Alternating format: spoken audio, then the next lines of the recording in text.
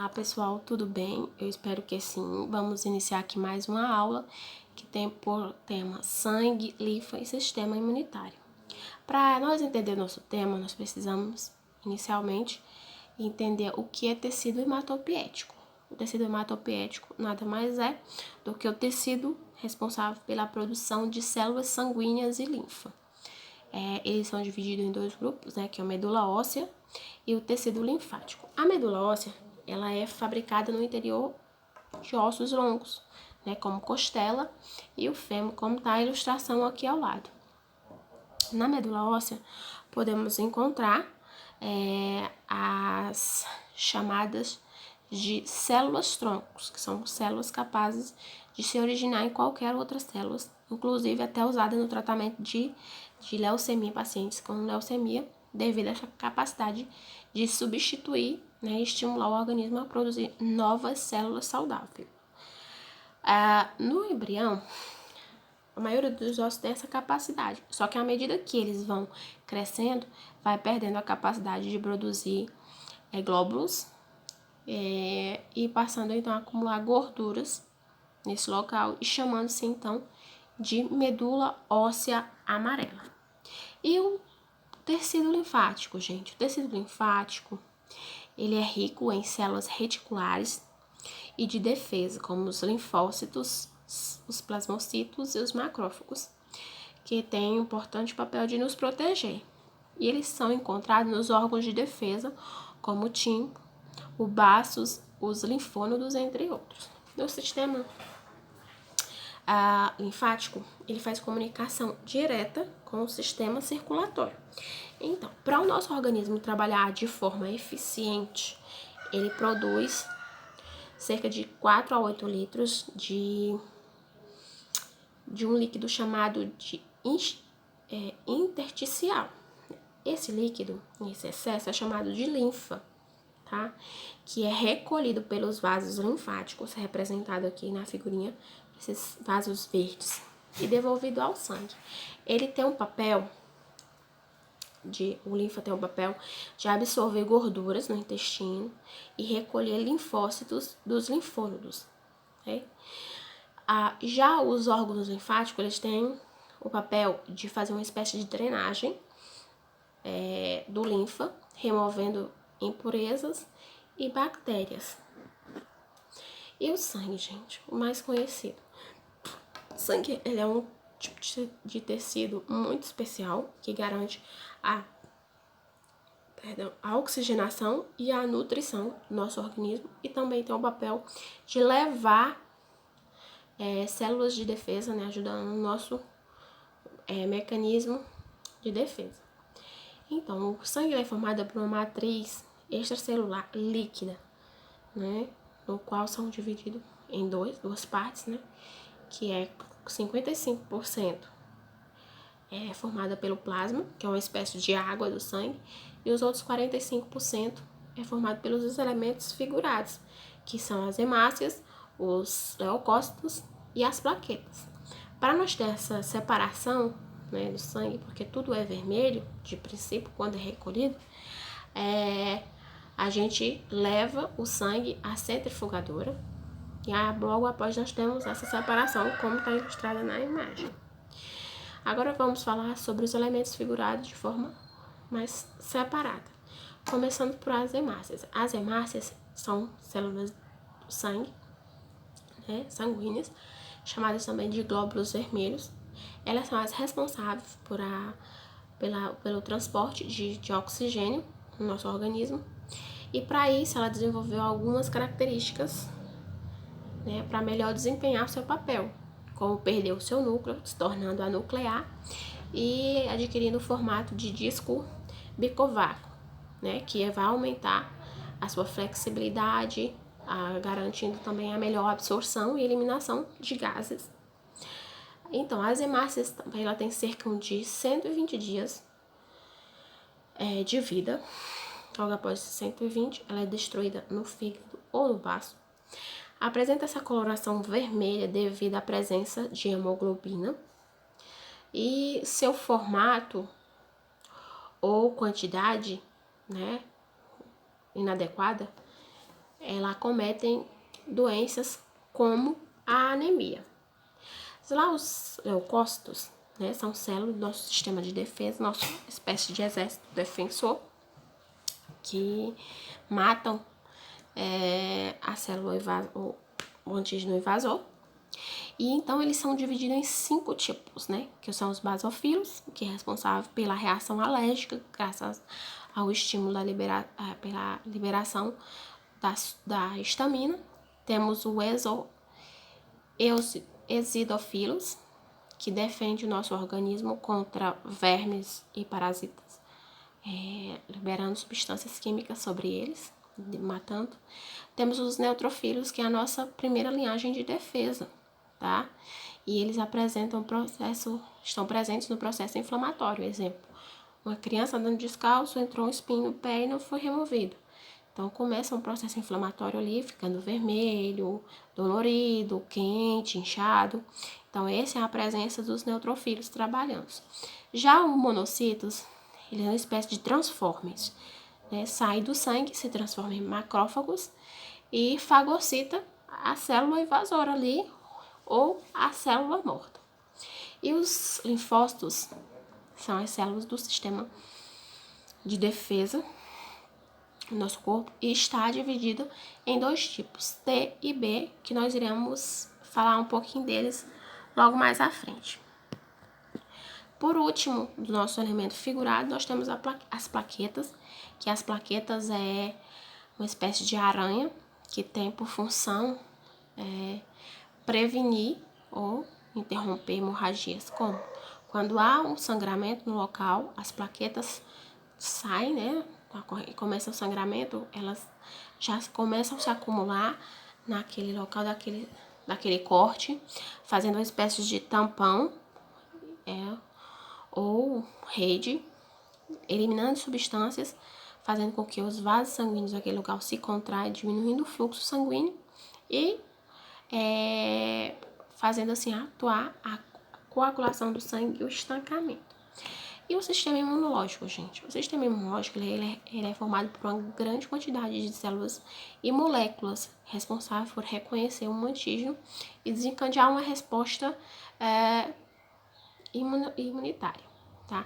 Essas células e moléculas destroem ou inativam o antígeno invasor e, portanto, são fundamentais para garantir a nossa defesa do organismo. Né? Algumas dessas células são os linfócitos. Algumas dessas células do sistema imunológico são os linfócitos B, que tem a responsabilidade de garantir a chamada de imunidade humoral, que se destaca pela resposta imunitária realizada pela produção de anticorpos, que é capaz de neutralizar ou destruir o antígeno. Então, para que ocorra essa produção de anticorpos, faz-se necessária a ativação do linfócito B, que se proliferam e diferenciam em plasmocitos. Além da produção de anticorpos, os linfócitos B atuam também como células de memória imunológica, né?